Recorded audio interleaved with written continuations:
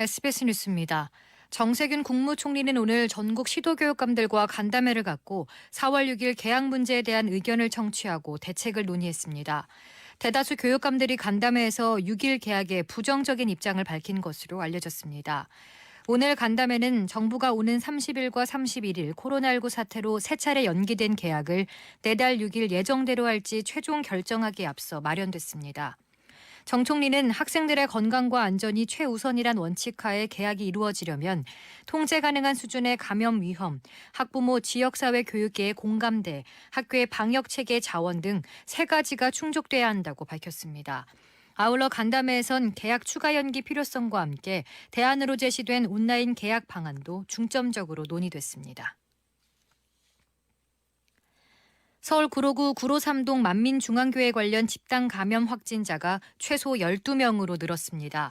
방역당국은 이 교회 본당뿐만 아니라 동작구 신대방 2동에 있는 목사 사택과 그에 이웃한 교인 거주빌라, 교회 사무실 그리고 관련 시설인 연합성결신학교 등에 대해 역학조사를 벌이고 있습니다.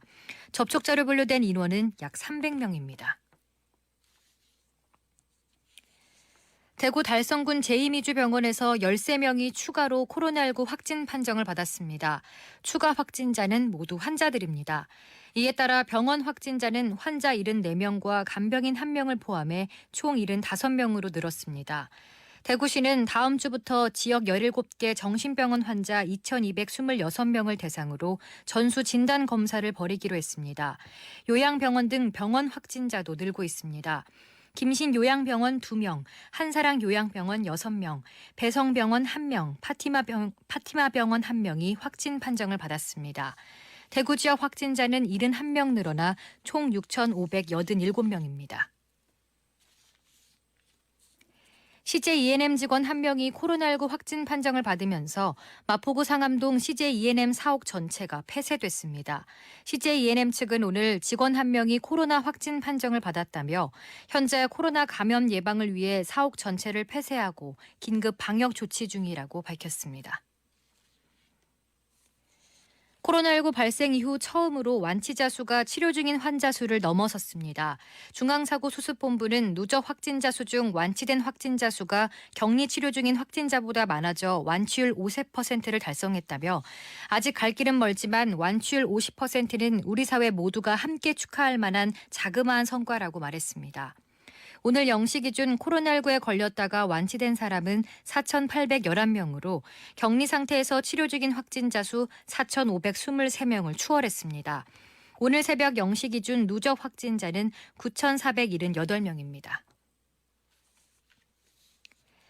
페루에 발이 묶인 우리나라 교민과 여행객, 코이카 봉사단원 등 198명이 정부 전세기로 오늘 오전 귀국했습니다. 귀국한 198명 중 16명이 코로나19 의심 증상을 보여 정부가 진단 검사를 시행했습니다. 16명 외에 182명은 검역 등의 특별 입국 절차를 거쳤습니다. 이들은 약 2주간 건강 상태를 모니터링하기 위한 모바일 자가진단 앱도 설치해야 합니다. 코로나19 대응을 위한 미국의 2조 2천억 달러, 우리 돈 약 2,700조 원 규모의 경기부양 법안이 트럼프 대통령의 서명을 거쳐 발효됐습니다. 법안이 발효됨에 따라 미 1년 예산 규모의 절반에 해당하는 돈이 시중에 풀리게 됐습니다. 미국 내 코로나19 감염자는 계속 증가해 10만 4천 명을 넘어섰고 사망자도 1,700명에 이릅니다. 오늘은 전국이 대체로 맑겠지만 밤사이 기온이 큰 폭으로 떨어져 춥겠습니다.